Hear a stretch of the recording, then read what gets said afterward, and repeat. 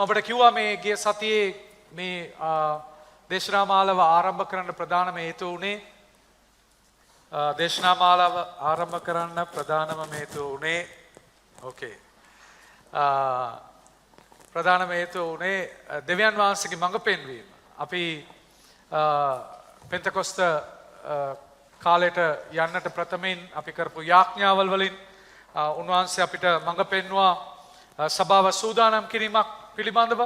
ඒ වගේම ඒ ගමනේදී උන්වහන්සේ අපිට කතා කරපු දෙයක් තමයි මේ පිපිදීම මේ සභාවට උන්වහන්සේ ගේන්න සූදානම් කියන එක. විශේෂයෙන්ම මම ඔබට කිව්වා මේ සභාවට දේශනා කරන්න ආපු ඒ කොළඹෙන් ආපු කෙනා වචනයක් දුන්නා අපිට. නැවත අපිව මතක් කරා. මේක අලුත් දෙයක් නෙමෙයි. අපි ආලා තිනවා මේක ඉස්සෙල්ලා කොහොමද පිපිදීම නුවරට උන්වහන්සේ යවන්න යනවා, නුවර තුලින් දේශයට ගලන් යන්න යනවායි කියන ඒ කතාව අපි ආලා තිබෙනවා. ඉතින් අපිට පිපිදීම කියනකොට අපි ඔක්කොම එකම තැනක ඉන්න අවශ්‍යයි. මොකද්ද මේකේ අර්ථය? පිපිදීම කියන්නේ මොනවද? කොහොමද ඒක වෙන්නේ? කියන කාරණාවල් තමයි මේ දවස්වල අපි කතා කරගෙන යන්නේ. ඉතින් ගිය සතියේ ඔබට මම පිපිදීමට අර්ථකථනයක් දුන්නා. ඒ අර්ථකථනය තමයි පිපිදීම යනු දෙවියන් වහන්සේගේ ක්‍රියාවක් වන අතර එහිදී සභාව අලංකාර කළ බලවත් වනු ලබන අතර ශුද්ධාත්මයන් වහන්සේගේ සාමාන්‍ය ක්‍රියාව අතික වෙනවා මේ කාලෙදී. පිපිදීම දෙවියන් වහන්සේ ක්‍රියාවක්. එතන වෙන්නේ සභාව අලංකාර කිරීම සහ බලවත් කිරීම. ශුද්ධාත්මයන් වහන්සේගේ සාමාන්‍ය ක්‍රියා අතික වෙනවා. මොකද සාමාන්‍ය ක්‍රියා? පාපය අඳුන්වා ගැනීම. අපි පාපිෂ්ඨයි. අපේ තුල තියෙන පාපය අඳුන්වා ගැනීමේ වැඩිවීමක් ඇති වෙනවා. පිපිදීමක් ඇති වෙනකොට ශුද්ධාත්මයන් වහන්සේ බැස එනකොට. ඒ වගේම කරුණාව ගැන අලුත් අපිට දැන ගැනීම වැඩි වෙන්න යනවා. ඒ වගේම කරුණාවෙන් ඔබට ලැබෙන සමාව නිසා ඔබ තුල ප්‍රීතිය අට ගන්න යනවා. මේ තුනම එකට වෙනවා පිපිදීම ඇති වෙනකොට. පාපය ගැන ගැඹුරෙන් දැනගෙන කරුණාව අත්දැකලා ප්‍රීතිමත් වෙන ස්ථානෙට උන්වහන්සේ සභාව ගේනවා. මේක තමයි පිපිදීම කියලා කියන්නේ. මේක තමයි අලංකාර කිරීම කියලා කියන්නේ. එක පැත්තෙන් අලංකාර කිරීමක්, අනිත් පැත්තෙන් බලවත් කිරීමක්. දෙකම වෙනවා. පිපිදීමේ චක්‍රයේ කාරණාත් අතරක් තිබෙනවා. මම අද නෝට් එකෙත් එක දාලා තියෙනවා. පළවෙනි කාරණාව තමයි සභාව මුණ දෙන අර්බුදයක් හෝ අභියෝගයක් ගැන ගැඹුරු අවබෝධයක්. අපි කතා කරා ගිය සතියේ අද මේ දේශයේ අර්බුදයක් තිබෙනවා. ඒ අර්බුදය ගැන ගැඹුරු අවබෝධයක් අපිට තිබෙන්න ඕනේ. ඒක තේරුම් ගත්තේ නැත්නම් අපි දෙවියන් වහන්සේව අසාමාන්‍ය සොයන්න යන්නේ නැහැ. අපිට අර්බුදයක් තිබෙනවා. මේ දේශය එක ප්‍රශ්නකින් තව ප්‍රශ්නයකට මුහුණ දීගෙන යනවා. මේක පටන් ගත්තේ අපි දන්නවා මේ පාස්කු බෝම්බෙන් පස්සේ පටන් ගත්ත මේ ගමන එකක් ඉවර වෙනකොට තව එකක් වෙන් අපි එකට පස්සේ එකක් ගමන් කරගෙන යනවා. මගේ අදහස නම් මම ගිය සතියේත් මේක කිව්වා. මගේ අදහස නම් අපි මේ දේවල් ඇයි දෙවියන් වහන්සේ ඉඩ දෙන්නේ කියන ප්‍රශ්නේ අපි ඇහුවොත් අපි තේරුම් ගන්න ඕනේ මිනිස්සුන්ගේ තෙරපීමත් එක්ක තමයි මිනිස්සු දෙවියන් වහන්සේව සොයන්න යන්නේ. මිනිස්සු කවදාවත් දෙවියන් වහන්සේව සොයන්නේ නැහැ තෙරපීමක් නැත්තම්. මේ දේ මිනිස්සුන් තල්ලු කරලා තිබෙනවා දෙවියන් වහන්සේ සෙවීමට. එහෙනම් අපිට මේ කාලේ අපි තේරුම් ගන්න ඕනේ ප්‍රශ්නයක් අර්බුදයක් අපිට තිබෙනවා. අර්බුදයේ සභාවෙන් පිටත විතරක් නෙමෙයි සභාව තුලත් මේ අර්බුදය තිබෙනවා. මම ගිය සතියේ කතා කරා අද තිබෙන සභාවේ තියෙන අර්බුදය. මුදල් පිළිබඳ තිබෙන ප්‍රශ්න සභාව තුල. ඒ වගේම බලය පිළිබඳ තිබෙන ප්‍රශ්නය.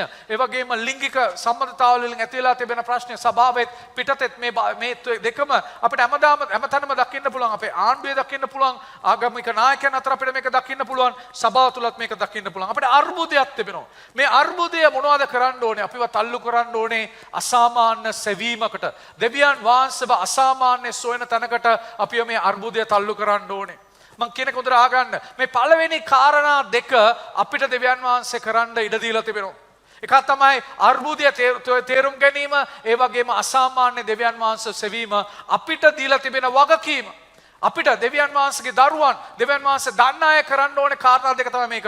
අපිට අපේ අර්බුදය තේරුම් අරගෙන අපි සභාව තුලට ඇවිල්ලා එකට යාඥා කරලා සභාව තුල වෙන්න පුළුවන්, ඔබේ නිවස තුල වෙන්න පුළුවන් කණ්ඩායම් එකතු වෙලා යාඥා කරන්න පටන් ගන්නකොට අසාමාන්‍ය ලෙස යාඥාව නැගෙනකොට ඒකට දෙවියන් වහන්සේ පිළිතුරු යන්න යනවා. හරි? එතකොට ඒ කාරණා දෙක කරනකොට උන්වහන්සේ ඊළඟ කාරණා දෙක කරනවා. ඊළඟ කාරණා දෙක මොනවාද? උන්වහන්සේගේ අභිමුඛය බැස ඒම. හරි උන්වහන්සේගේ අභිමුඛයේ බැසීම අපිට කරන්න බෑ ඒක උන්වහන්සේ කරන දෙයක්. අපි මෙතන දාලා තියෙනවා දෙවියන් වහන්සේගේ උන්වහන්සේගේ අභිමුඛය අප අතරට ඒම අපි කියනවා වැඩම කිරීම. අපිට දෙවියන් වහන්සේ වැඩම කරන්න ඕනේ අප අතරට. උන්වහන්සේ වැඩම කිරීම කියන්නේ එතන වෙනසක් තිබුණා. දෙවියන් වහන්සේ හැමතැනම ඉන්නවයි කියන එක අපි විශ්වාස කරනවා. මේක ඒ ගැන නෙමෙයි මෙතන කතා කරන්නේ. මෙතන කතා කරන්නේ අපි ඇවිල්ලා ඊටත් ඔබට ගිය වැඩම කිරීමක්. උන්වහන්සේගේ අභිමුඛත්වය අප අතරට ඇවිල්ලා අපිත් එක්ක පෞද්ගලිකව ගනුදෙනු කිරීමක් කිරීම. හරි මම හරියට ඒ උදාහරණයක් ගෙසතෙත් මම කිව්වා මම දැන් මෙතන දේශනා කරනකොට ඔබ ඔක්කොමටම මාව හැංගෙනවා මම මෙතන ඉන්නවා කියලා ඔබ ඔක්කොටම හැංගෙනවා නමුත් මේ දේශනාවෙන් පස්සේ ඔබ එක්කෙනෙක් මංගාවට පෞද්ගලික ඇවිල්ලා මාත් එක්ක කතා කරනකොට එතනින් ඔබට ගිය සම්බන්ධතාවයකට ඔබ මාත් එක්ක පැමිණෙනවා ඒ කියන්නේ ඔබ මට කතා කරලා මම ඔබට පිළිතුරු දෙනකොට ඒ සම්බන්ධතාවයේ තවත් තලයකට යනවා ඒක තමයි මම කතා කරන්නේ. මම කතා කරන්නේ මෙතන එවැනි මුණ ගැසීමක්. දෙවියන් වහන්සේ අපිත් එක්ක ඇවිත් පෞද්ගලිකව එකින් එක්කිනා සමග මුණ ගැසෙන්න උන්වහන්සේ එවැනි බැසෑමක් ගැන තමයි අපි කතා කරන්නේ. එවැනි බැසෑමක් වෙලා තිබෙනවා මම ඉතිහාසෙ මම ඔබට පෙන්නුවා මම වචනයෙන් ඔබට පෙන්නුවා ගිය සතියේ එවැනි බැසෑමක් වෙලා තිබෙන එක බව. ඒ වගේ බැසෑමක් එනකොට තමයි සභා පරිවර්තනය වී ලෝකෙට බලපෑමක් කරයි. ඒ කියන්නේ හැම පුද්ගලයෙක්ගේම ජීවිතේම ලොකු බලපෑමක් ඇති වෙනවා ඒ වගේ උන්වහන්සේ බැසෑම පස්සේ. ඉස්සල්ලාම අපි තුල මම කිව්වා වගේ අපේ පාපය අපි තේත්තු කර අපි කරුණාව අත්දැකලා අපි තුල ප්‍රීතිය ඇති වෙනකොට අපි හරියට නිකන් ඔබ දැකලා තියෙනවද රැට මේ ලයිට් එකක් දාපුවම එළිය විශේෂම ගෙදර එළියේ ලයිට් එක දාපුවම අර මොනවද කියන්නේ ඒගොල්ලන්ට මොත් එළියට එන්නේ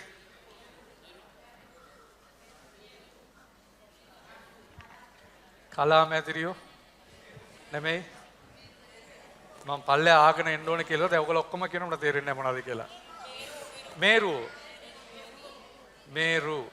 මේරු කියලාද කියන හරි මේරු හරි මොත් කියලා ඉංග්‍රීසි වල කියනවා මේරු කියන අය හරි ඒ අය ඒ එළියට ඒගොල්ලන් එනවා නේ ඒ ලයිට් එක තිබුණා ඒ ලයිට් එක උදේ ඉඳලම තිබුණා හැබැයි රැට එක පත් වුණාන් පස්සේ තමයි මේ මේරු ඒ ලයිට් එකට ආවේ මොනවද උනේ ලයිට් එක එකම තැන තමයි තිබුණේ හැබැයි එක වෙලාවකට ලයිට් එක පත් වුණාම එතන බලයක් තිබුණා අනිත් ඒ මේරුම ඇද ගන්න ඔබගේ ජීවිතයේ දෙවියන් වහන්සේ මුණ ගැසුවෙන් පස්සේ ඔබගේ ජීවිතේ කාන්දමක් වෙන්න යනවා සී ගණන් සෙනග ඔබට ඇද ගන්න මේ ඇත්තටම පිපිදීමක් වුණාන් පස්සේ දහස් ගණන් මිනිස්සු සභාවට එන්නේ දෙවියන් වහන්සේ තුළට එන්නේ ඔබේ ජීවිතයේ තිබෙන ඒ බලය ඔබ එක්කෙනාගේ ජීවිතය බලවත් වෙන්න යනවා කාන්දමක් වෙන්න යනවා සෙනග ඇදා ගන්න මේක තමයි වෙන්නේ පිපදීමේ එතනින් තමයි සමාජ පරිවර්තනයක් ඇති වෙන්නේ සමාජ පරිවර්තනයක් ඇති වෙනවා ඉස්සල්ලාම පෞල් තුල පරිවර්තනයක් ඇති වෙනවා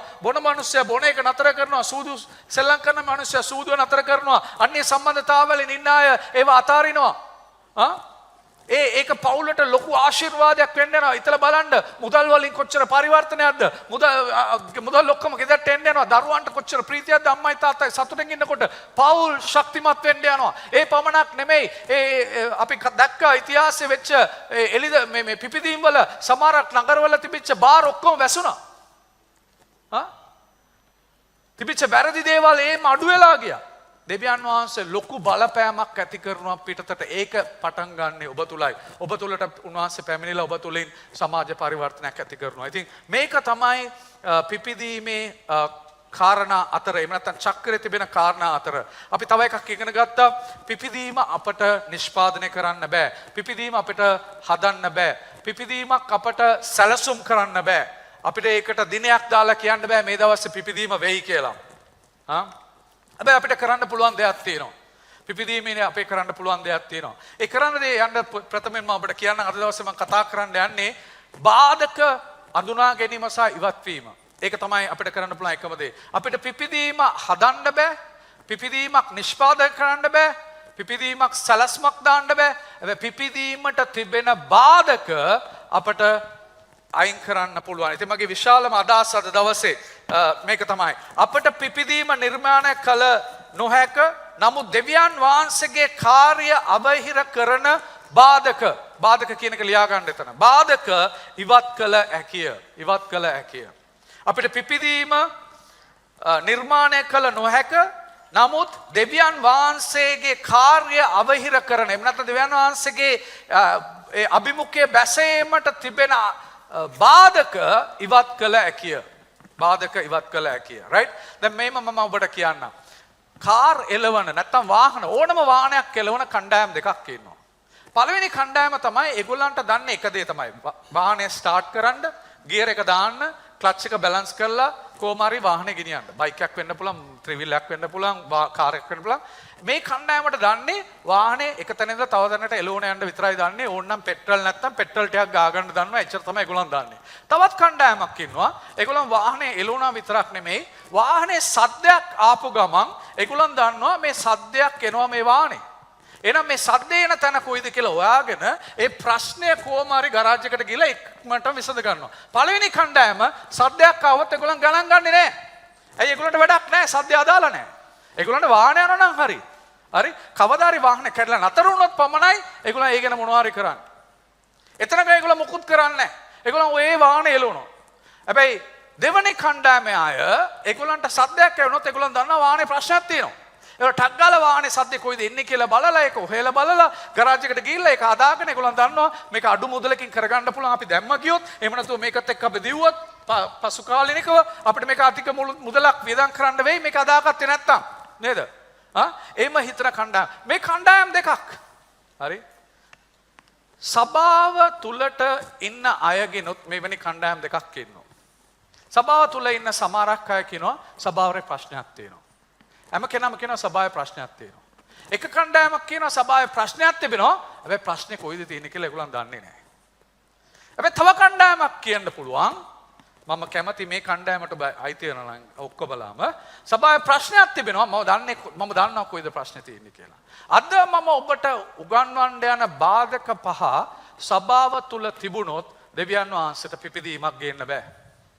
මේ බාධක පහ ඔබ තේරුම් ගත්තන් පස්සේ ඕනම සභාවක ඔබට ගියොත් ඔබ දන්නවා මේක තමයි මේ සභාවේ පිපිදීමට නතර කරන්න කාරණාව කියලා. රයිට්? මේක සභාව කියනකොට ඔබේ ජීවිතේ මගේ ජීවිතේ අපි තමයි සභාව. අපි එක එක්කෙනා පුද්ගලයන් ඇටියට අපේ ජීවිතේ මේ බාධක තිබෙනවා නම් උන්වහන්සේට ක්‍රියා කරන්න අමාරුයි. හරි? පළවෙනි බාධකය. කද පළවෙනි බාධකය? පළවෙනි බාධකය තමයි අත්‍යවශ්‍ය විශ්වාසයන් අත්හැරීම අපගේ කැමැත්ත පරිදි විශ්වාස කිරීමට අවශ්‍ය දේ තෝරා ගැනීම. right? අත්‍යවශ්‍ය විශ්වාසයන් අත්හැරීම අපගේ කැමැත්ත පරිදි විශ්වාස කිරීමට අවශ්‍ය දේ තෝරා ගැනීම. අපි දන්නවා කිතුණු ඉගැන්වීම් වල මූලික විශ්වාසයන් තිබෙනවා.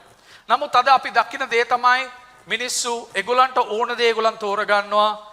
ඒගොල්ලන් ඇවිල්ලා මේක මට කැමති ඉගෙන ගන්න, මේක මට කැමති නෑ, මට ඕනේ නෑ මේක කියලා අතාරිනවා. සමහරක් අය කියනවා මම දෙවියන් වහන්සේගේ ප්‍රේමය ගැන උගන්වනවා නම් මම කැමති, නමුත් එයාගේ සුද්ධකම ගැන මට උගන්වන්න එපා.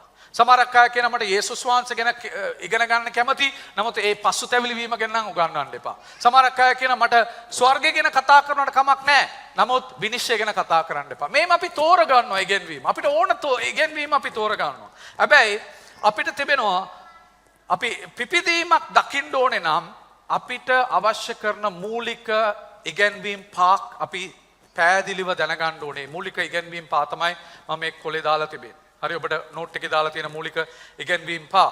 හරි, මේ මූලික ඉගෙනවීම් පා අපිට හරිම වැදගත්. අපි මේක තේරුම් ගන්න ඕනේ, අපි මේක දැනගන්න ඕනේ. අපිට පිපිදීමක් අපේ එන්න ඕනේ නම් පළවෙනි දේ තමයි, ඒකේ පළවෙනි කාරණාව තමයි දේව වචනයෙන් නම් බයිබලයේ ඇවිල්ලා දේවානුභාවය අධිකාරීත්වයෙන් යුතුයි. හරි, දේව වචනය බයිබලයේ දේවානුභාවයෙන් අධිකාරීත්වයෙන් යුතුයි. හරි, මේකෙන් මම කතා කරන්නේ 2 තිමොති 3:16. 2 තිමොති 3:16 අධිකාරීත්වයෙන් කියන එක ඔබගේ බ්ලැන්ක් එකේ ලියා ගන්න, ඊඩසේ ලියා ගන්න අධිකාරීත්වයෙන් කියන එක.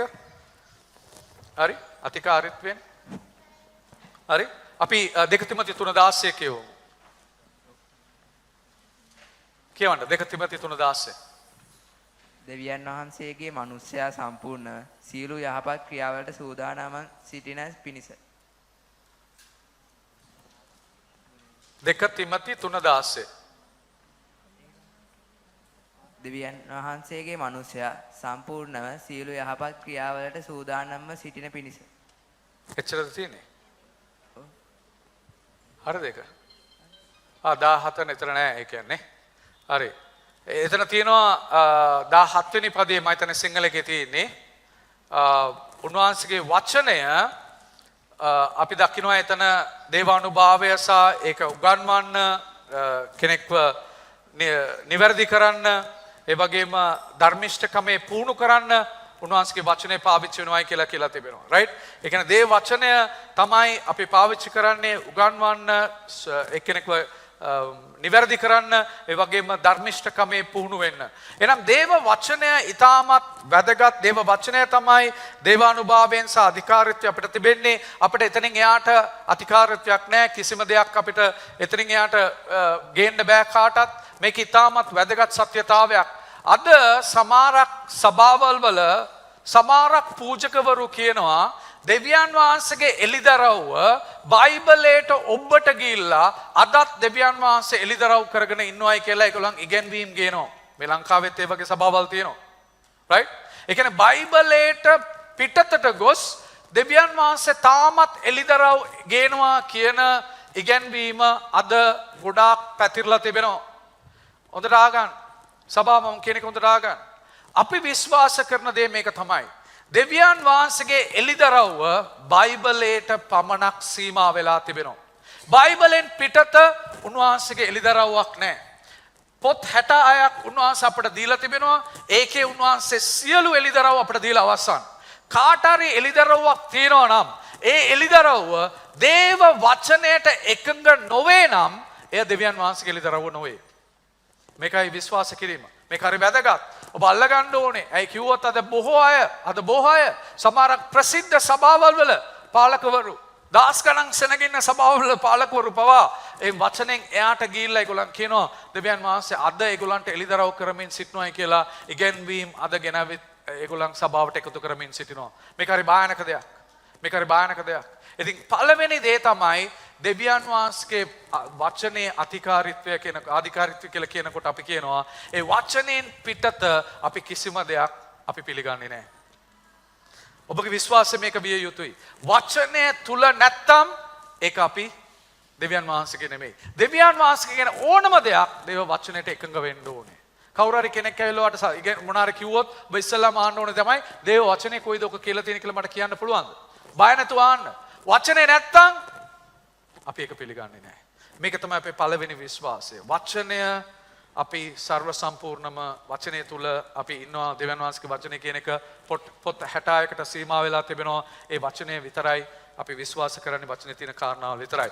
දෙවෙනි දේ දෙවියන් වහන්සේගේ සුද්ධත්වය ਸਰව බලධාරීත්වය.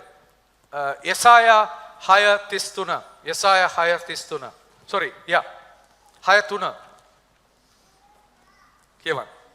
යෙසායා 6:3 ඔහු එක්කෙනෙක් කණිකට මොරගසමින් සේනාවල ස්වාමින් වහන්සේ සුද්ධය මුළු පොළවම උන්වහන්සේගේ තේජසෙන් පිරී තිබේ යයි කීවෝය.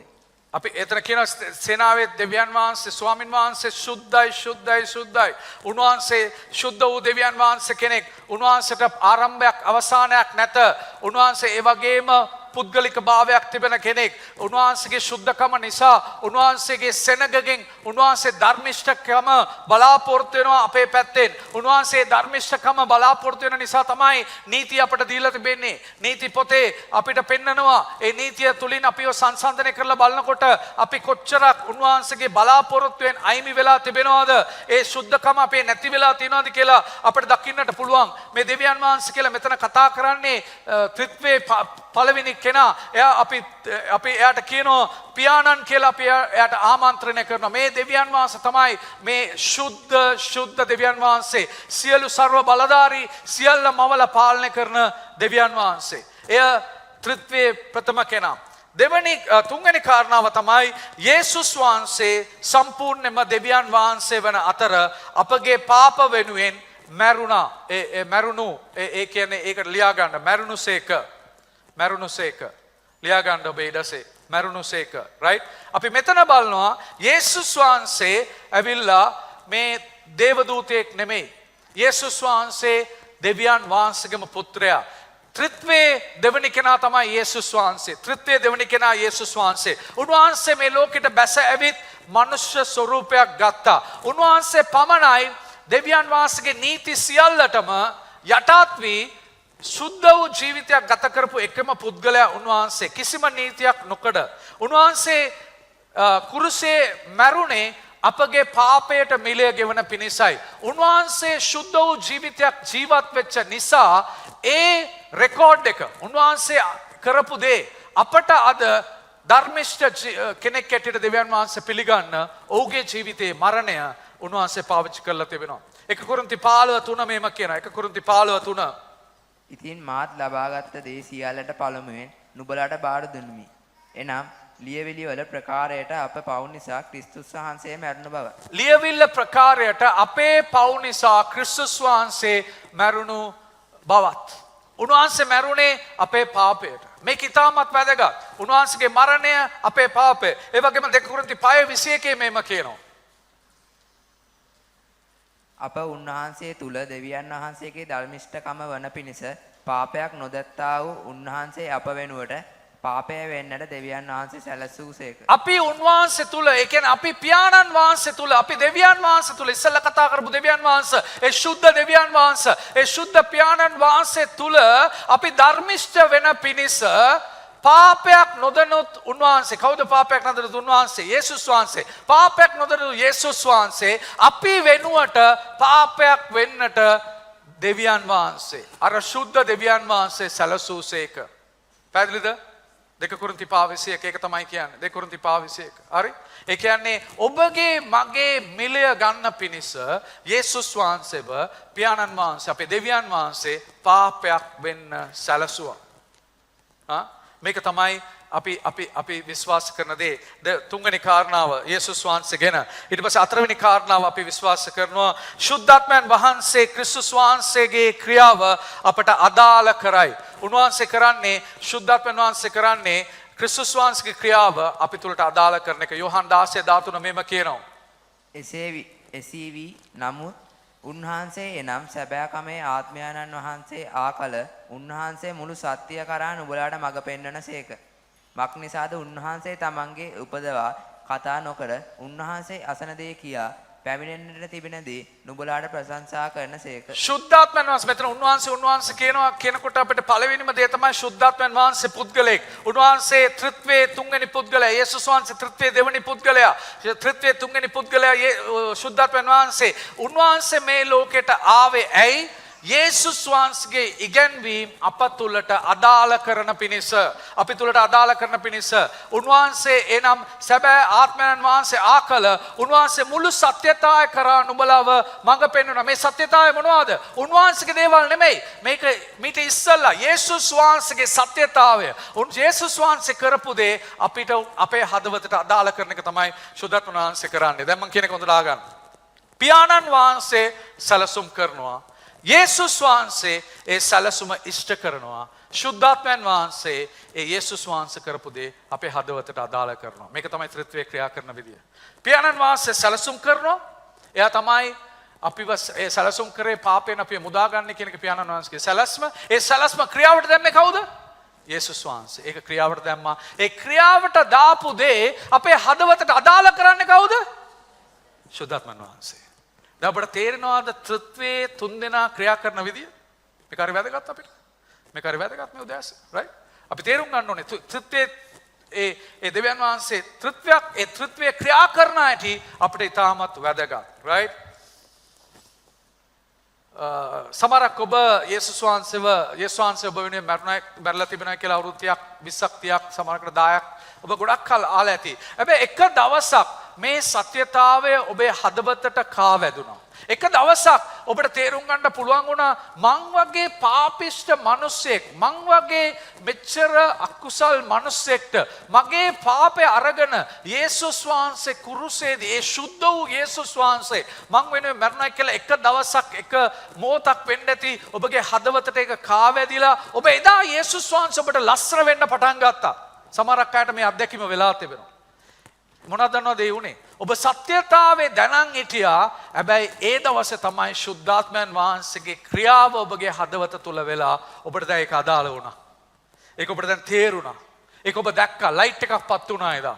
එදා තමයි ඔබට යේසුස් වහන්සේ අලංකාර වුණේ. මේකයි ශුද්ධාත්මයන් වහන්සේගේ ක්‍රියාව. ශුද්ධාත්මයන් වහන්සේගේ ක්‍රියාව මේක තමයි වෙන්නේ. right? ඒ වගේම ශුද්ධාත්මයන් වහන්සේ අප තුළට පැමිණිලා අප තුළ යේසුස් වහන්සේගේ චරිත ගුණාංග අපි තුළ නිපදවනවා. ඒකට තමයි අපි කියන්නේ ශුද්ධාත්මයන් වහන්සේගේ ඵල කියලා. ශුද්ධාත්මයන් වහන්සේ ඵල කියන්නේ යේසුස් වහන්සේගේ ගුණාංග අපි තුළ නිපදවීම. ඒ වගේම ශුද්ධාත්මයන් වහන්සේගේ දීමනා තිබෙනවා. ඒ දීමනා උන්වහන්සේ අපිට දෙන්නේ ඇයි? සභාව ගොඩනගන්න, දේව රාජ්‍ය ගොඩනගන පිණිස උන්වහන්සේට අපිට ලබා දෙනවා. ඒතර ශුද්ධාත්මයන් වහන්සේ කරන්නේ මේක තමයි. උන්වහන්සේ අප තුළට ඇවිල්ලා ඵල තුලින් අපිව යේසුස් වහන්සේගේ ගුණාංග වලින් අපිව තව වැඩි වෙන කරලා ඒ වගේම ශුද්ධාත්මයන් වහන්සේගේ දීමනාවෙන් ඔබ උන්වහන්සේ පාවිච්චි කරනවා සභාව ගොඩනගන්න, දෙවියන් වහන්සේගේ රාජ්‍යය ගොඩනගන්න කරන ක්‍රියාව. ඉතින් මේක තමයි ශුද්ධාත්මයන් වහන්සේගේ ක්‍රියාව. හරි? මේක තමයි හතරවෙනි සත්‍යතාවය.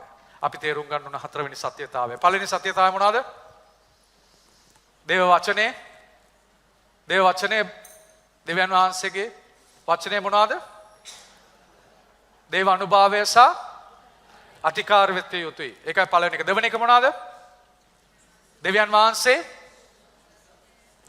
ශුද්ධත්වය සර්ව බලධාරීත්වය. මේක තමයි අපි දෙවියන් වහන්සේ ත්‍රිත්වයේ පළවෙනි කෙනා. හරි? පියාණන් කියලා අපි යාට කියනවා. තුන්වෙනි සත්‍යතාවය මොනවාද? යේසුස් වහන්සේ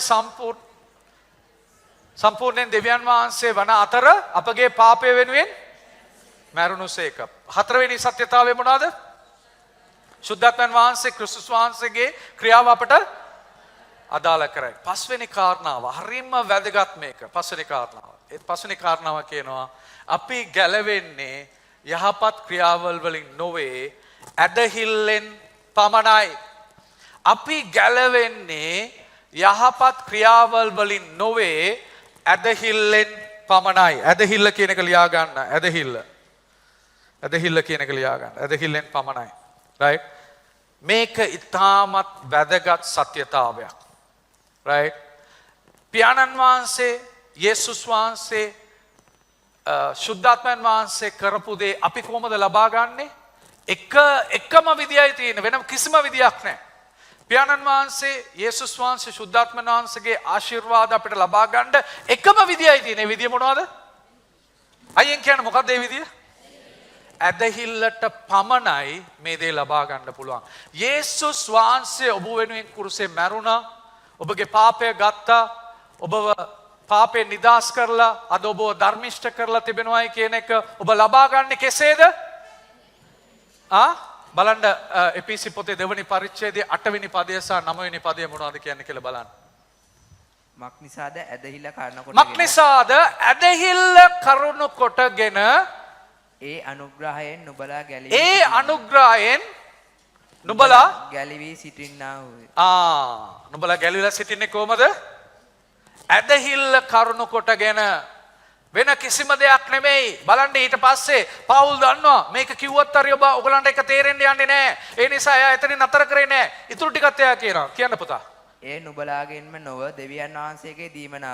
නුබලාගෙන්ම නොව දෙවියන් වහන්සේගේ දීමනාවය. තව එකක් තියෙනවා. කියන්න 9 වෙනි පදය. කිසිවෙක් පරට්ටු කර නොගන්නා පිණිස ඒක ක්‍රියාවලින් නොවේ. ඔබගේ ක්‍රියාවල් වලින් ඔබට ගැලවීම ලබා ගන්න බෑ. ඔබට පාරාට්ටු කරගන්න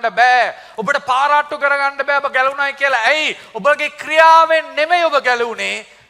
ඇදහිල්ලෙන් පමණයි. උන්වහන්සේගේ කරුණාව ඇදහිල්ල කරුණු කොටගෙන ඔබ ගැලවිලා තිබෙනවා. මේක ඉතාමත් වැදගත් මේ සත්‍යතාවය. මේ සත්‍යතාවය ඉතාමත් වැදගත්. අපි නැවත ඉපදුනේ. එහෙනම් අපි ඇවිල්ලා නැවත උත්පාදනයට ඇතුළුනේ මේ කාරණාවල් විශ්වාස කරමින්. මේක තමයි සුභාරංචිය කියන්නේ. මේ කාරණා පහ ඔබ විශ්වාස කරනවා නම් එයයි සුභාරංචිය.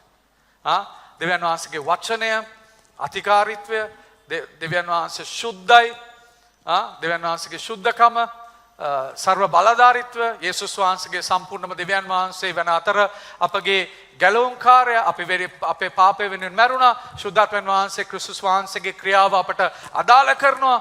අපි ගැලවෙන්නේ විශ්වාසයෙන් ඇදහිල්ලෙන් පමණයි. වෙන කිසිම දෙයකට අපිව ගලවන්න බෑ. මේ කාරණා පාට අපි කියන්නේ සුභාරංචිය කියලා. මේ කාරණා පා ඔබ විශ්වාස කරනවා නම් ඔබට පුළුවන් ගැලවි දෙවියන් වහන්සේ තුල ගැලවිච්ච පුද්ගලයෙක් හැටියට ඔබට ධෛර්යමත්ම කියන්න පුළුවන් මම නිදහස්. මම දෙවියන් වහන්සේ තුල නිදහස්.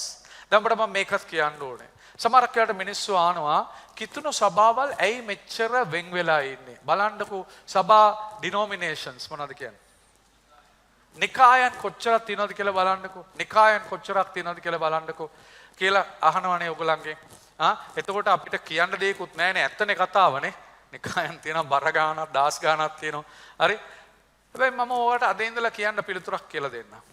නිකායන් කොච්චරක් තිබුණත් මේ මූලික සත්‍යතාවයන් පහ බොහෝ නිකායන් පිළිගන්නවා. ගිලාල බං පිළිගන්න. මම ඒක තමයි කිව්වේ මේ දවස්වල සමහරක් සභාවල් ඇවිල්ලා තියෙනවා මෙතනින් එළියට ගියා. හැබැයි නිකායන් පරණ නිකායන් මේ සත්‍යතාවයන් පිළිගන්නවා. පරණ නිකායන් විශේෂම මේ සත්‍යතාවයන් පහ පිළිගන්නවා. ඒගොල්ලන් එකඟ නොවෙන්නේ මේ කාරණාවල් වල නෙමෙයි. අපි කියනවා දෙවෙනි කාරණාවල්. මේක ප්‍රථම කාරණා. මේවල එකඟ වීමක් තියෙන ඔක්කොමලාගේ. එකඟ වීම නැත්තේ අපි කියනවා දෙවෙනි කාරණාවල්. මම ඔයගලන්ට උදාහරණයක් දෙන්නම්. බෞතිස්මය දෙවෙනි කාරණා. ඒ කියන්නේ බෞතිස්ම කරන්න ඕනේ ඔක්කොමලා. හැබැයි කොහොමද බෞතිස්ම කරන්නේ කියන එකෙන් සභාවලද වෙන් වෙලා තියෙනවා. එක සභාවක් කියනවා ළමයා ඉපදුන ගමන් බෞතිස්ම කරන්න ඕනේ. තව සභාවක් කියනවා වතුර දැම්මොත් ඇති එයා බෞතිස්ම වුණා. තව සභාවක් කියනවා මේ ස්ටේජ් එකේ පේනවනේ. මේක ඇතුළට බැස්සුවොත් විතරයි බෞතිස්ම වෙන්නේ. හරි? මේක තමයි සභාවල් වෙන් කරලා තියෙන්නේ. හරි? තව උදාහරණයක් මම ඔයගලන්ට කියනවා. සභාව කොහමද පාලනය කරන්නේ? එක සභාවක් කියනවා සභාව පාලනය කරන්නේ පාලකවරයා. පාලකවරයාගේ බලය තමයි මුළු සභාව යන්න ඕනේ. තව සභාවක් කියනවා නෑ. පාලකවරයාට විතරක් පාලනය කරන්න බෑ. බෝඩ් එකක් තියෙන්න ඕනේ සභාවේ. සභාවේ බෝඩ් එකක් ඉන්න ඕනේ නායක මේ වැඩිමල් අය ඉන්න ඕනේ වැඩිමල් අය තමයි සභාව ගෙන්නන්නේ. තව සභාවක් කියනවා නෑ බෝඩුත් එපා පාස්ටරුත් එපා මූලස්ථානයක් තියෙනවා මූලස්ථානේ කියන දේ තමයි සභාව කරන්න ඕනේ. මේකෙන් තමයි සභාවල් අද වෙන් වෙලා තිබෙන්නේ. නිකායන් ඇවිල්ලා තිබෙන්නේ මේ ප්‍රධාන ඉගැන්වීම් පහ වෙනස්කම නිසා නෙවෙයි. නිකායන් අද මේ ලෝකෙට ඇවිල්ලා තිබෙන්නේ දෙවෙනි ඉගැන්වීම් වල එකඟතාවයක් නැති නිසායි. හොඳට අහගන්න මම කියන එක. දෙවෙනි ඉගැන්වීම් වල එකඟතාවයක් නැහැ. ඒ නිසා බොහෝ සභාවල් මේ කාරණා පහ ඒගොල්ලන් පිළිගන්නවා. ඔබට සභාවක් එක්ක මට සභාවක් එක්ක වැඩ කරන්න පුළුවන් මේ ප්‍රධාන කාරණා පහ ඒගොල්ලෝ එකඟ වෙනවා නම්. හැබැයි එකඟ වෙන්නේ නැත්තම් නෑ. මම එකයි කිව්වේ බයිබලයේ දේවානුභාවය සහ අධිකාරීත්වය ඉතාමත් වැදගත්. අද සමහරක් සභාවල එතනින් එළියට පැනලා තියෙනවා. අපිට ඒගොල්ලෝ එක්ක එකඟ වෙන්න බෑ. අපිට එකඟ වෙන්න බෑ. අපි හරි පැහැදිලි. ඒක ප්‍රධාන ඉගැන්වීමක්. හරි? එනිසා මේයි අපි දැනගන්න ඕන දේ. රයිට්? මේක තමයි පළවෙනි දේ. දෙවෙනි බාධකය. පළවෙනි බාධකය තමයි ප්‍රධාන ඉගැන්වීම් අල්ලා නොගැනීම. එහෙම නැත්නම් සමහරක් ඒවා විතරක් අල්ලගෙන අනිත් ඒවා අතහැරීම. හැබැයි දෙවෙනි බාධකය මොකක්ද අපිට? දෙවෙනි බාධකය තමයි නෝට් එකේ අපි දාලා තියෙනවා ඔබට. අධ්‍යාත්මික බලයෙන් තොර හරි දේ විශ්වාස කිරීම. හරි? අධ්‍යාත්මික බලයක් තොර හරි දේවල් විශ්වාස කිරීම.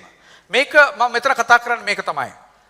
සත්‍යතාවයේ විශ්වාස කර නමුත් බලය නොමැති ආත්මික ජීවිතයක් ගත කිරීම. මම කියනවා ආත්මික වියලිභාවය. එහෙම නැත්නම් ආත්මික මරුණ ස්වභාවයක්. මෙතන මම කතා කරන්නේ මොනවද කිව්වොත් මේගොල්ලන් සාමාන්‍යයෙන් මෙතන මම කතා කරන්නේ ඊළඟට මම දාලා තියෙනවා ගැටලුව කියලා දාලා තියෙනවා. දෙවියන් වහන්සේ මට ප්‍රේම කරන්නේ ක්‍රිස්තුස් වහන්සේ කළ ලියා ගන්න. ක්‍රිස්තුස් වහන්සේ කළ කෙනෙක් ලියා ගන්න.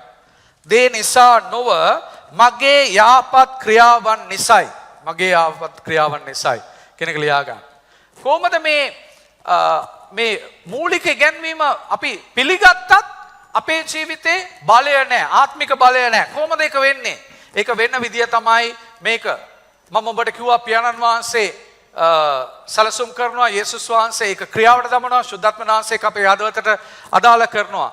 ආත්මික මරණ ස්වභාවයක් කියලා කියන්නේ සාමාන්‍යයෙන් මේ කරුණපාව පිළිගන්නවා. හැබැයි ඒක තාම ඔබට බලපෑමක් ඇති කරලා නැහැ. කරුණපාව ගැන ඔබ දන්නවා. හැබැයි ඒක ඔබේ ජීවිතේට තාම බලපෑමක් ඇති කරලා නැහැ. ඒක තමයි මෙතන තියෙන ඵලය. ඒ බලපෑමක් ඇති කරගන්න කරපු නැති එකට කාරණා මොනවද කියලා අපි එයාලා බැලුවොත්. ඒකට ප්‍රධානම කාරණා මේක තමයි ආගමික මනස. ආගමික මනස කියන්නේ මේක තමයි. දෙවියන් වහන්සේ මාව පිළිගන්නේ මගේ ක්‍රියාව තුලින්. ඒක තමයි මම මෙතන දාලා තියෙන්නේ. දෙවියන් වහන්සේ මට ප්‍රේම කරන්නේ ක්‍රිස්තුස් වහන්සේ කළ දේ නිසා නොව මගේ යාපත් ක්‍රියාවන් නිසායි. right?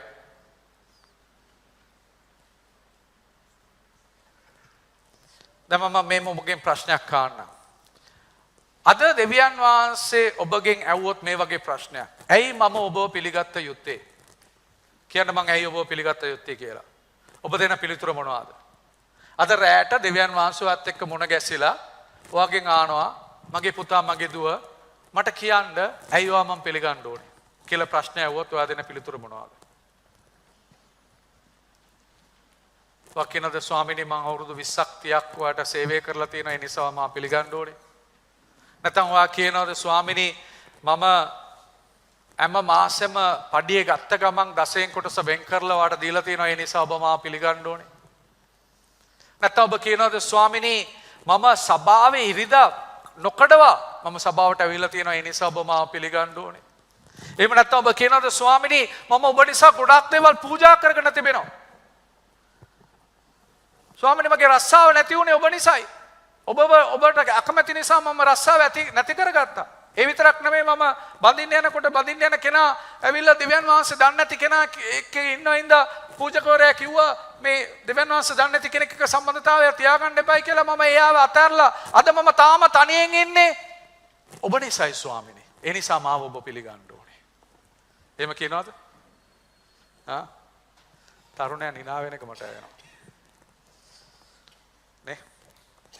මොනවාද ඔබ කියන කාරණාව? ඇයි මාව පිළිගන්න ඕනේ?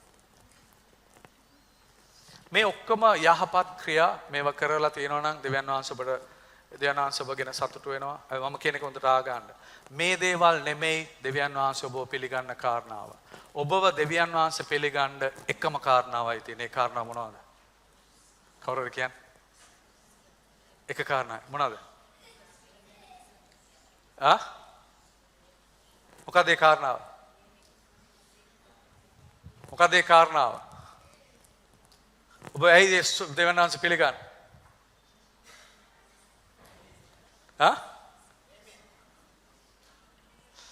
ප්‍රේමය yes but ඇයි ඔබ පිළිගන්න ඕනේ?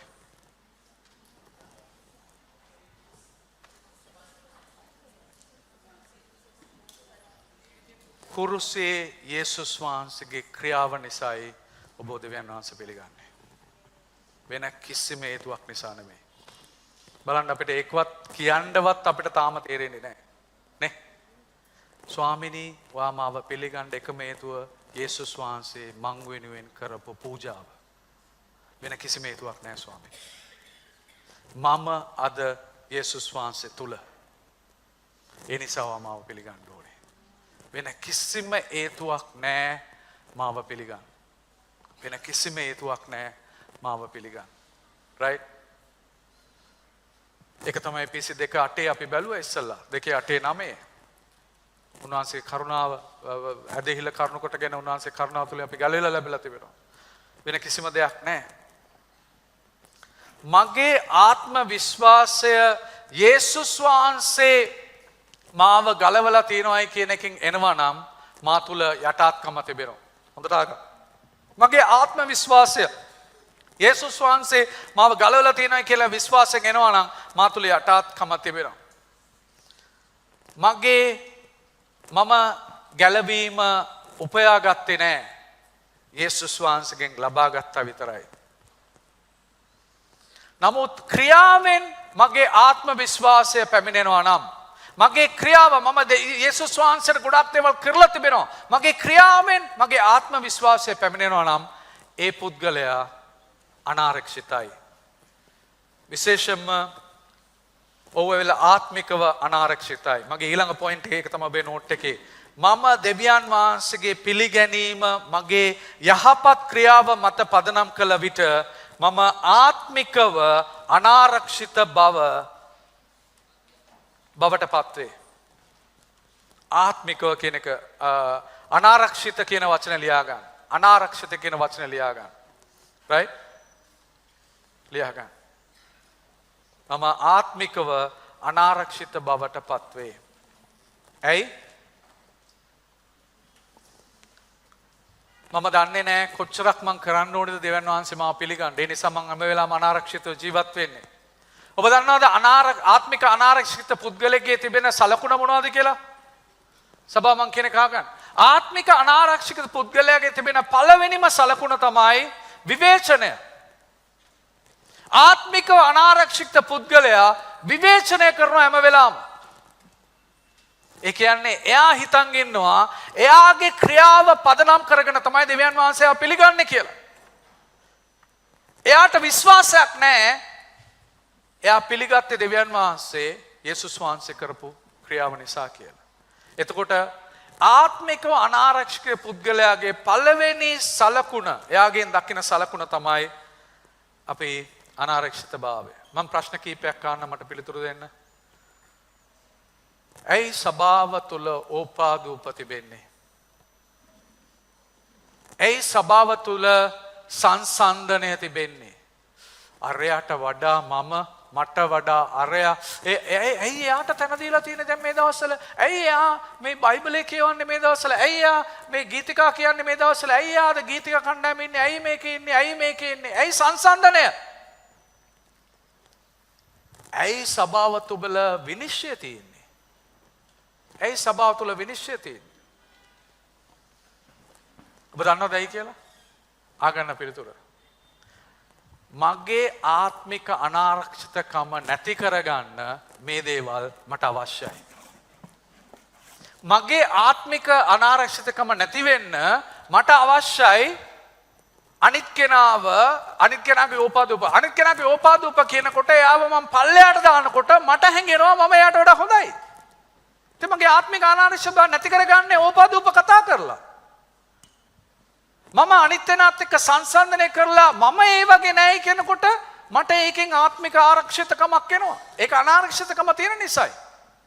මම අනිත් කෙනා විනිශ්චය කරලා එයා නරකයි කියලා කියනකොට මම හොඳයි කියලා මට හිතෙනවා. ඒක මගේ ආත්මික අනාරක්ෂිතකම නැති කරගන්න.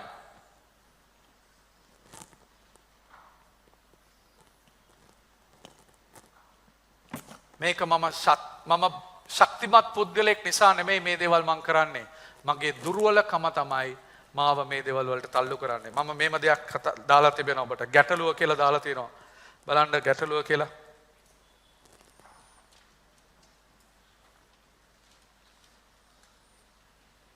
නෑ ප්‍රතිඵලය බලන්න. ආත්මික වශයෙන් අනාරක්ෂිත සභාවක් ඕපාදූප සංසන්දනය විනිශ්චය කිරීම සහ නිවැරදි කිරීමට ඉඩ නොදෙන නිවැරදි දේ නෙමෙයි දේ කියන එක කපන්න නිවැරදි කිරීමට ඉඩ නොදෙන මනුෂ්‍යයන්ගෙන් පිරී තිබේ. ආත්මික වශයෙන් අනාරක්ෂිත සභාවක් ඕපාදූප සංසන්දනය විනිශ්චය කිරීම සහ නිවැරදි කිරීමට ඉඩ නොදෙන මනුෂ්‍යයන්ගෙන් පිරී තිබේ. මේ අය කැමති නැහැ කවුරුත් ඒගොල්ලන්ව නිවැරදි කරනවට. මේ අය නිවැරදි කරන්න ඉඩ දෙන්නෙත් නැහැ. කිව්වොත් අහන් ඉදි මේ කණෙන් ආලා ඒ කණෙන් අතාරලා ඊට පස්සේ ගිහලා ඒකම ගිහලා කර ඉන්නවා.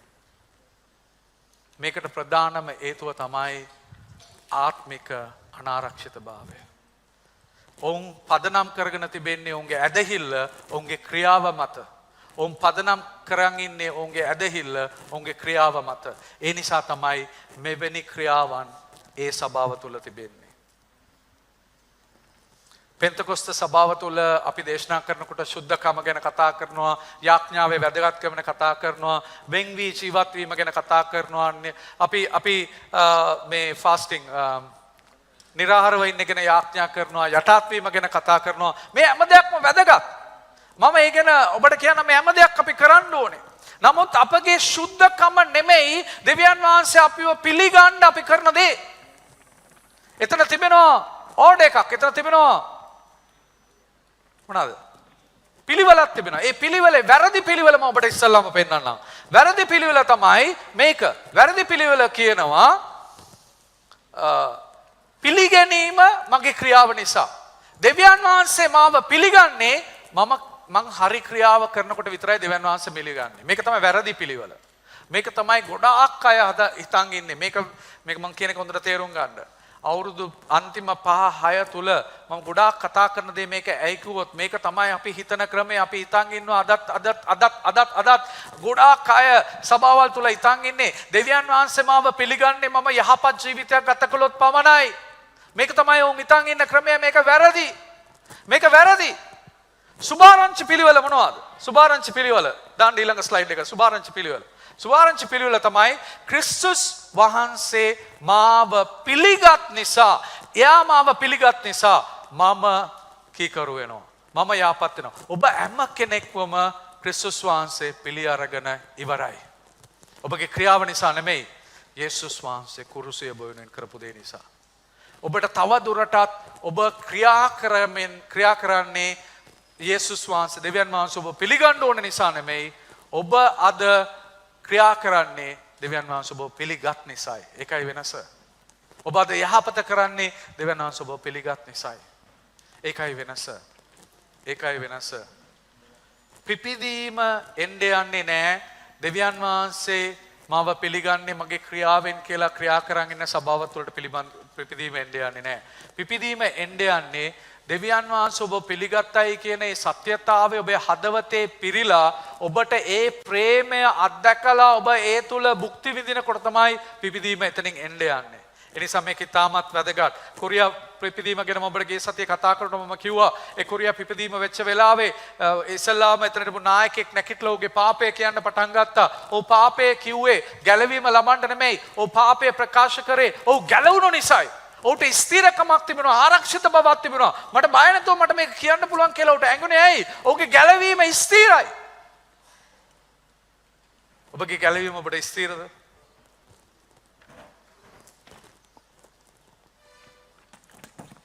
මං කෙනෙක් හොඳට ආගන්න මේ සභාවේ ඉන්න කාලයක් තිස්සේ මේ සභාවට එන ඇදලිවන්තයන්ටයි මම මේ කතා කරන්නේ. ඔබ බොහෝ අය මේ සභාව අමාරු කාලය තුල මේ සභාව ඔසවගෙන ඇවිල්ලා තිබෙනවා.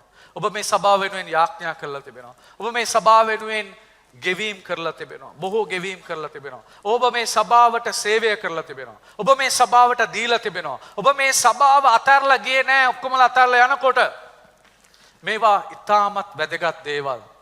මේවා ඉතාමත් අලංකාර දේවල්. මම ඔබට ස්තුතිවන්ත වෙනවා මේ දේ කරාට.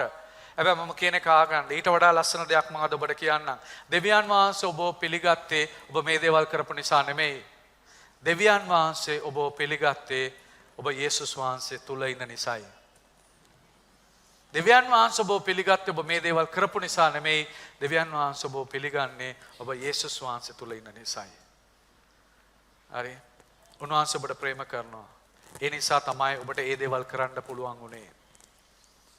ඔබ විශ්වාස කරනවා නම් දෙවියන් වහන්සේ මාව පිළිගන්නේ මගේ ක්‍රියාවෙන් කියලා යේසුස් වහන්සේගෙන් නෙමෙයි මගේ ක්‍රියාවෙන් කියලා ඔබට වැරදුන ගමන් ඔබව දොස් පවර ගන්නවා. ඔබ ඔක්කොම හරියට කරගන්නකොට ඔබ තුල උඩඟුකමක් ඇති වෙනවා. මේක දෙකම භයානකයි. හරි? ඔබට වැරදුන ගමන් ඔබ දොස් පවර ගැනීමත් භයානකයි. ඔබ ඔක්කොම යහපත්ව කරනකොට ඔබ උඩඟුකම ඇති කරගන්න එකත් භයානකයි.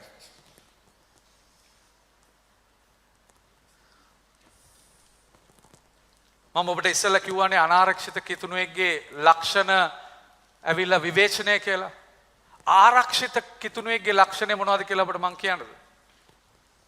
ආරක්ෂිත කිතුණුවෙක්ගේ ලක්ෂණය තමයි යටාත්කම. යටාත්කම.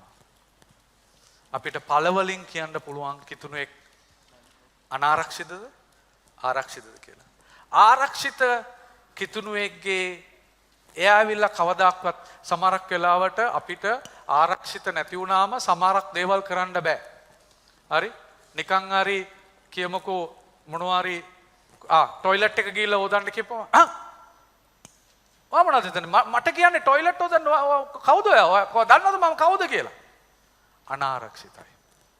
වාහනේ එලවන්න ඩ්‍රයිවර් කියලා හිතුවද මම වාහනේ එලවන්න? අනාරක්ෂිතයි. ඩ්‍රයිවර් කියන්නේ කිසිම විදිහකින් අඩු පාඩුකමක් නෙවෙයි. එහෙම හිතනවා නම් ඒ මිනිස්සු රැකියාව ගැන බලන විදිහත් වැරද්දක් තියෙනවා. මම කියන්නේ රැකියාව ඕනම රැකියාවක් දෙවියන් වහන්සේට උසස්. ඇයි? රැකියාව කරලා අඹු කරනවා. රැකියාව කරලා අඹු කරන එක හොඳයි. රැකියාව නොකළ හොරකමක් කරනවට වඩා. ඒ නිසා ඕනම රැකියාවක් දෙවියන් වහන්සේගේ ඉදිරියේ එක සමානයි. මේවා තමයි අද සභාව තුළ අනාරක්ෂිතකම තියෙන නිසා සමහරක් අයට සමහර දේවල් කරන්න බෑ. කරපු ගමන් ඒගොල්ලන් අප්සෙට් වෙනවා. යටාත්කම කියන්නේ ආරක්ෂිතකම තියෙන කෙනෙක්ගේ සලකුණ යටාත්කම. එයාට පුළුවන් ඕනම දෙයක් කරන්න. ඕනම හැම වෙලාවම ගිහලා හැම දෙයක් නෙවෙයි. හැබැයි වැඩක් වුණ නැත්නම් එයා කෙලින්ම ෂර්ට් එක දාගත්ත එයා ගිහලා එතන වැඩ කරන්න එයා ලෑස්ති. එයා බලන් ඉන්නේ නැහැ. බලන් ඉන්න ඕනවත් නැහැ. right? ඉතින් මේක ඉතාමත් වැදගත් සත්‍යතාවයක් මේ දෙවෙනි එක. මම විශ්වාස කරනවා ඔබ අල්ලගත්තයි කියලා. හරි? තේරුම් ගත්තයි කියලා මම විශ්වාස කරනවා. මේක තේරුම් ගත්තේ නැත්නම් අපිට ඔබගේ ජීවිතයේ දෙවියන් වහන්සේගේ පිපිදීම එන්නට මේ කාරණාව ලොකුවෙන් බලපාන්න යනවා. ඒක ඔබ නතර කරන්න යනවා. තුන්වෙනි බාධාව තමයි සමබර නොමැති ඇදහිල්ල. සමබර නොහැති ඇදහිල්ල. එක කොටසක් නිවැරදිව ලබා ගත්තත් අපට මුළු පින්තූරෙම මඟ ඇරී ඇත. මෙතන තිබෙන්නේ ගැටලු 4ක් ගැන මම කතා කරලා තියෙනවා. ඒ ගැටලු 4 පළවෙනි දේ තමයි ඕනාවට වඩා කතා කිරීම නමුත් ක්‍රියාවෙන් කියන එක ලියා ගන්න. ක්‍රියාවෙන් ඊතා කුඩා වීම. මෙතන ඕනට වඩා කතා කිරීම කියන එක මම කියන්නේ ඕනට වඩා ඉගෙනවීම තිබෙනවා සභාවේ. හැබැයි ක්‍රියාව අරි කුඩා. ඉගෙනවීම වැඩි ක්‍රියාව අඩු වුණාම ඒක සමබර සභාවක් නෙමෙයි. අනිත් පැත්තෙන් ක්‍රියාව වැඩි ඉගෙනවීම අඩු වුණත් ඒක සමබර සභාවක් නෙමෙයි. යාකෝබ 1:22 මෙහෙම කියනවා. යාකෝබ 1:22. කියවන්න. යාකෝබ 1:22. බලන් ඉන්න ඕනේ ඔයගොල්ලෝ මම කතා කරනකොට. නුඹලාම රවට්ටා ගනිමින් වචනය අසන්නෝ පමණක් නොවි එය පිළිපදින්නෝ වෙන්න.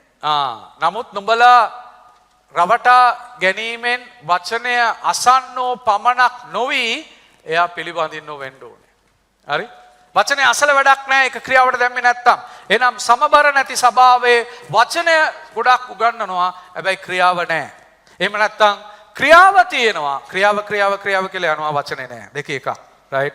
අනිත් එක තමයි දෙවනි කාරණාව එතන තියෙන එක තමයි ඔබට කියලා තියෙන්නේ. එක ඉගෙනවීමක් ගැන ඕනට වඩා සිතමින් අනිත් සියල්ල නොසලකා ඇරීම.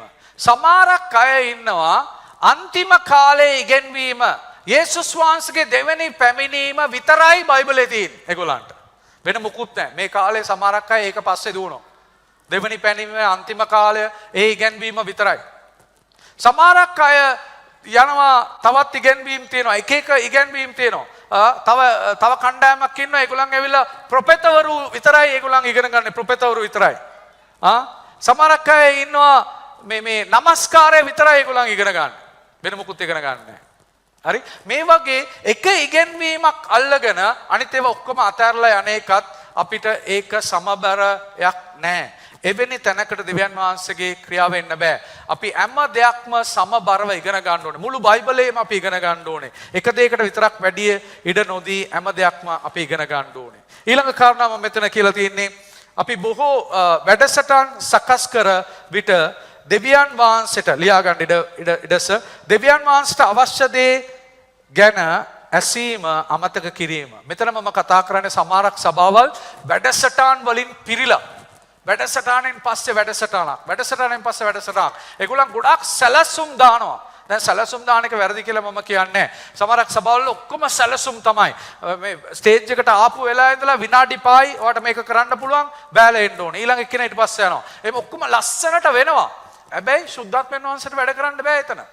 සැලසුම් විතරයි. නමුත් දෙවියන් වහන්සේට වැඩ කරන්න ඉඩක් නැහැ. මේකත් බාධකයක්. මේකත් සමබරතාවයට බලපාන්න යනවා. අපගේ ආත්මික ජීවිතයේ සමබරත්වයක් නොමැතිව ජීවත් වීම. එතන මම කතා කරන්නේ ආත්මික ජීවිතයේ සමබරත්වයක් නොමැතිව කියන්නේ කාරණා පහක් තියෙනවා. ඒ කාරණා පහ මම අන්තිමට කතා කරනම් ඒ කාරණා පහ නැති වුණාම ආත්මික ජීවිතයේ සමබරත්වයක් නැති වෙනවා. හතරවෙනි බාධකය තමයි සැඟවුණු පාපය. මේක හොඳට අහගන්න මං කියන එක. සැඟවුණු පාපය. අපගේ ආත්මික ජීවිතය සිදී යන පාපයේ රහස් රටා. අපගේ ආත්මික ජීවිතය සිදී යන පාපයේ රහස් යට. බයිබල් උදාහරණ අපිට දකින්න පුළුවන්. ඔබට මතක ඇති යෝනා පාපය කරලා දෙවියන් වහන්සේට කීකරු නොවි. ඔහු නැවට නැග්ග ගමන් මොනවද උනේ නැවට? නැව ගිලින්න පටන් ගත්තා. නැවේ හිටපු සෙනග ඔක්කොම ගිලින තැනට ආවේ ඇයි? එක්කෙනෙක්ගේ පාපය. ජෝනා කියන එක්කෙනෙක්ගේ පාපය නිසා මුළු නැවම ගිලින තැනට ආවා. අන්තිමට මොනවද කරන්න උනේ?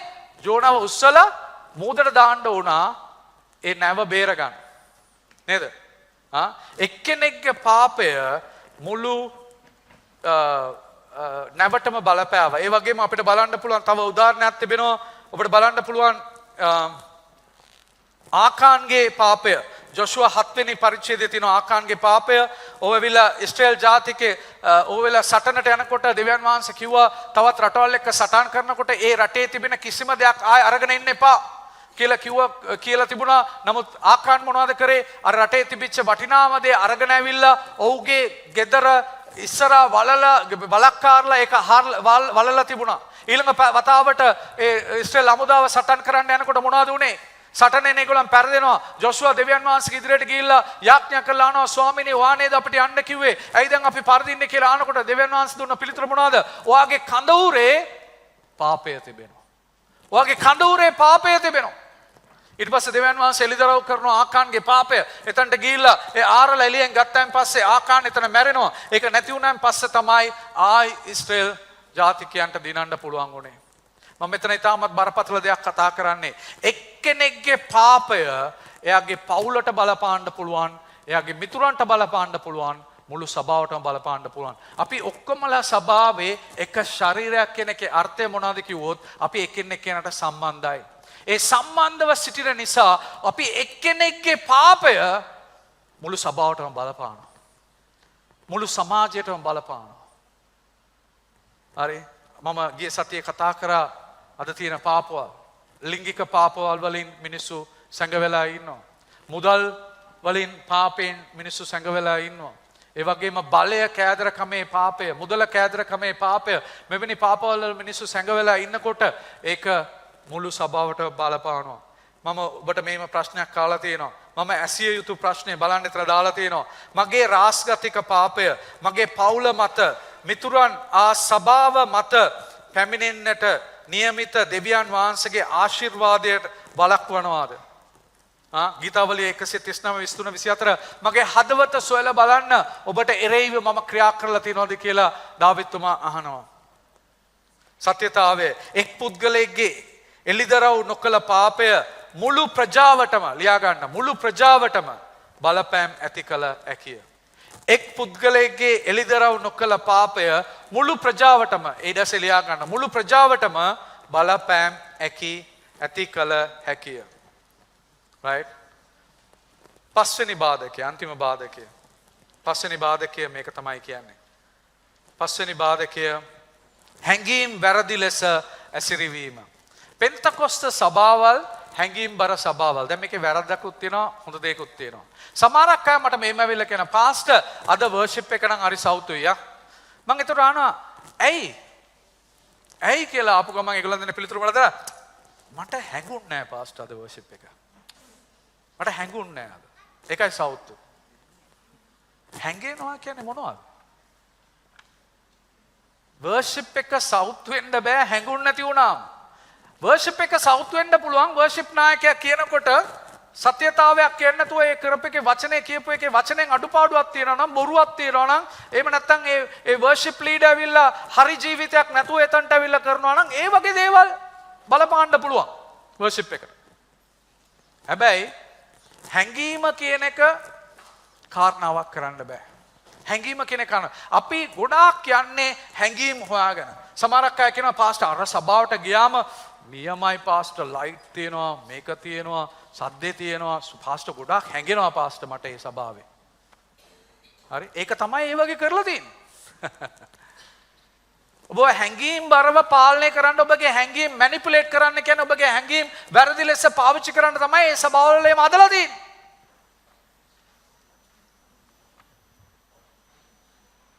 එවැනි විදියට හැඟීම් පාලනය කිරීම වැරදි.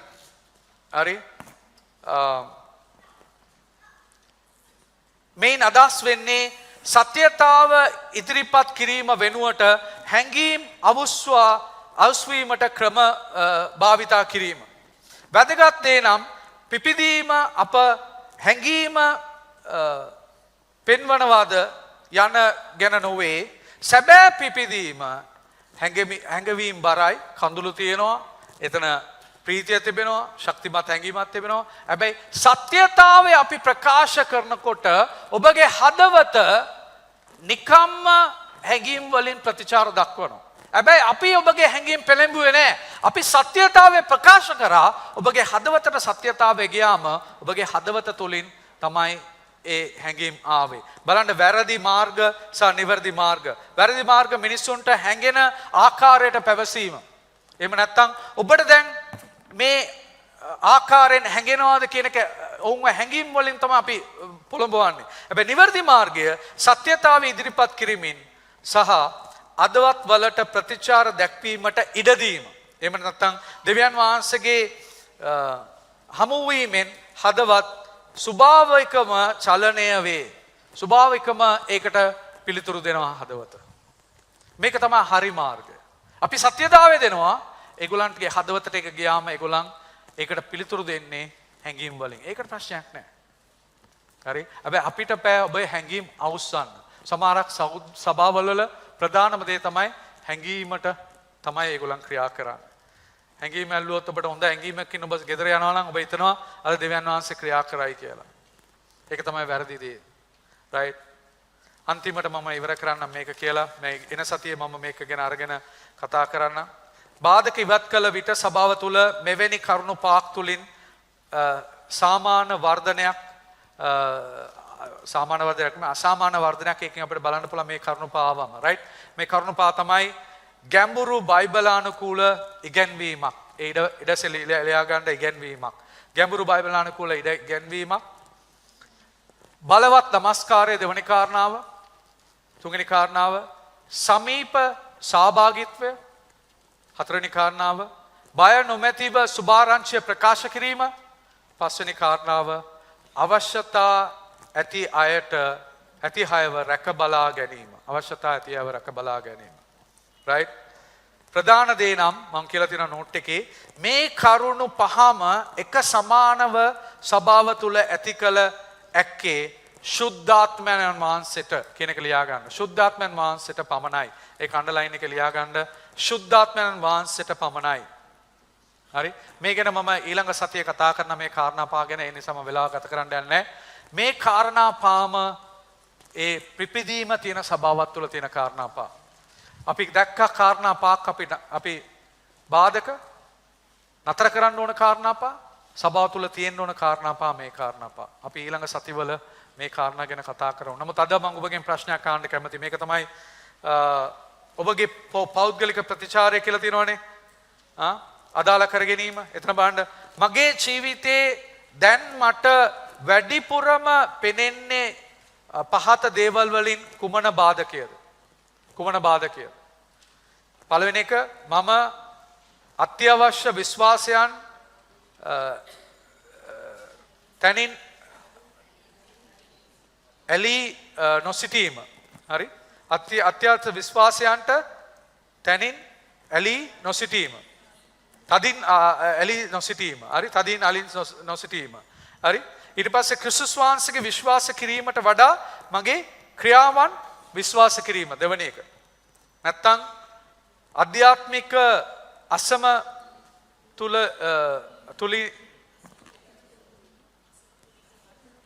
තුලින වීම. එක අංශයක් පමණක් ඇදී යාම. right? මගේ ජීවිතයේ සැඟවුණු පාපය සත්‍යතාවයට වඩා හැඟීම් සෙවීම. මේ පහේ එකක් හරි දෙකක් හරි ඔබට තියෙනවා නම් ඔබට තේරෙනවා නම් මේක තමයි මට තියෙන ප්‍රශ්නේ කියලා ඒකට අන්ඩර්ලයින් කරගන්න. හරි. මේ සතියේ මම පිපිදීම සඳහා ගන්නා එක් ක්‍රියාමාර්ගයක් මොනවද? මොකක්ද ඒ ක්‍රියාමාර්ගය මම ගන්න යන්නේ? රයිට්. ඊට පස්සේ යාඥාවක් තියෙනවා. ඒ යාඥාවේ කියනවා ස්වාමිනී මගේ සිතේ ඇති බාධක මට පෙන්වා දෙන්න. මගේ මුළු හදවතින්ම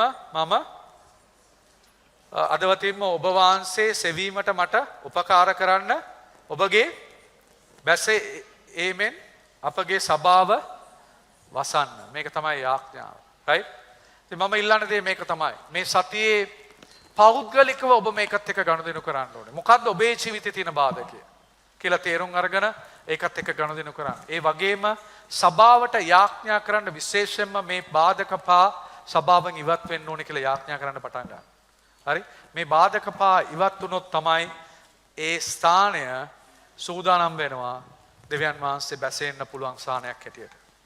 මේවා ඉවත් වෙනකොට ඒ ස්ථානය සූදානම් වෙනවා දෙවියන් වහන්සේගේ අභිමුඛත්වය දරා ගන්න පුළුවන් ස්ථානයක් වෙන්න යනවා. හරි? අපි යාඥා කරමු මේ කාරණා පහ අපෙන් නැති වෙන්න ඕන කියලා. අපි නැගිටිමු.